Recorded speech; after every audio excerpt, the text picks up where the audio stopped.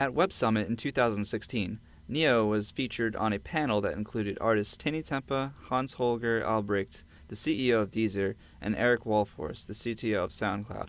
On the topic of the music industry, Neo becomes particularly upset and shows his nostalgia for the olden days of music, when Spotify, Apple Music, and SoundCloud were not in existence, while the more recent performer, Tinny Tempa, raves about the new innovations that come while using social media to jumpstart your career. And that's just the reality of the world that we live in now. So it's almost like a get with the times kind of situation. Yeah. This discussion indicates an overarching line in the sand of pop music. Some artists like streaming services, and some artists don't.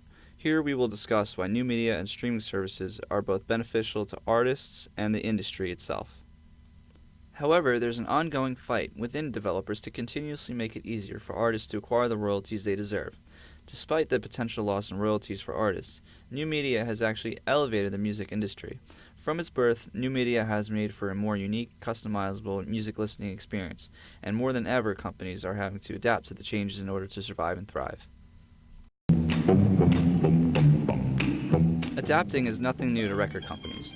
Before the late 1950s, America dominated the music industry using vertical integration, a method the British would later use in the 60s and 70s. This peaked during the British invasion, and suddenly there was less room on the air for American artists. The radio is how people listened to music they wanted to buy, with the primary medium of distribution being EPs and LPs. These would later be triumphed by the long-playing cassette. The television, however, was still a relatively new invention, and record companies still weren't sure how to advertise artists' music to audiences. Film director Richard Lester started it off in the mid-1960s with a multitude of Beatles movies and promotional videos. However, there's no doubt that the transformation reached its peak with the launch of MTV in 1981. Rock and roll.